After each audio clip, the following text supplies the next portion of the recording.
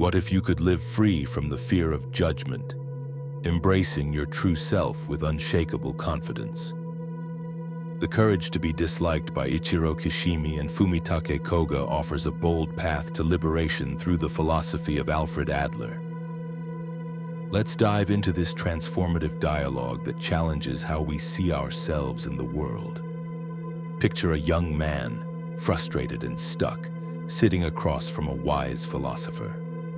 Through their lively conversation, the courage to be disliked unfolds as a Socratic dialogue, unpacking Adlerian psychology in a way that's both profound and practical. Written by Japanese authors Ichiro Kishimi and Fumitake Koga, the book draws on the ideas of Alfred Adler, a contemporary of Freud, who believed that we can shape our own destinies by changing how we think and act.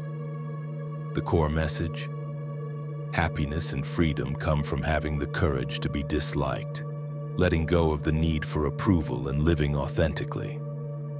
The book begins with a radical idea. Your past doesn't determine your future.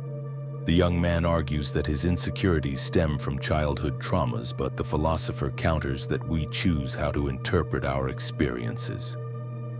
Adlerian psychology rejects the idea that we're trapped by our history. Instead, it emphasizes teleology over causality. We act based on our goals, not just our past. If you feel inferior, it's because you've chosen to see yourself that way to avoid taking risks. This shift in perspective is empowering but challenging, as it places full responsibility on you to change. Another key concept is the separation of tasks. The philosopher explains that we often suffer because we take on others' tasks, like trying to please everyone or worrying about their opinions. Your task is to live your life. Others' tasks are to form their own judgments. By respecting these boundaries, you free yourself from the burden of external validation. This idea is liberating but requires courage, as it means accepting that not everyone will like you, and that's okay. The book also tackles inferiority and superiority complexes. Adler saw these as two sides of the same coin. Both stem from comparing yourself to others. The young man admits he feels inferior, but the philosopher argues that feelings of inferiority are subjective and can be reframed. Instead of competing, Adler advocates for a community feeling, a sense of connection where you contribute to others without seeking status. This shift from self-absorption to collaboration fosters genuine self-worth. Self-acceptance is another cornerstone.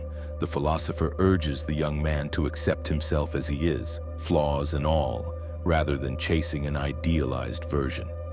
This doesn't mean complacency, but recognizing your inherent value. Courage here means embracing your imperfections and choosing to move forward despite them. The book contrasts this with the trap of seeking recognition, which ties your worth to others' approval and leaves you perpetually unfulfilled. The dialogue also explores freedom. True freedom, the philosopher says, comes from living according to your own principles, even if it invites disapproval. This courage to be disliked is the heart of the book. It's not about being contrary, but about prioritizing your values over societal pressures. The young man struggles with this, fearing rejection, but the philosopher insists that disapproval is often a sign you're living authentically. Finally, the book emphasizes living in the here and now.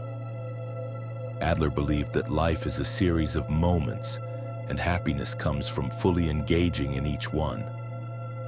The past and future are illusions we create to avoid action. By focusing on the present and contributing to others, whether through small acts of kindness or pursuing your goals, you find meaning and joy.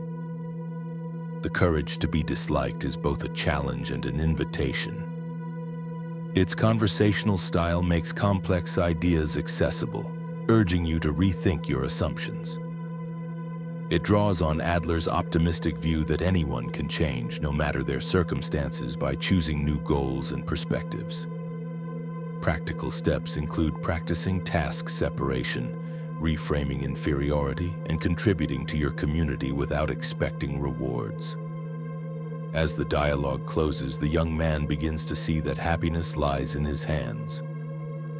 The book doesn't promise an easy path, courage never is, but it offers a roadmap to a freer, more authentic life.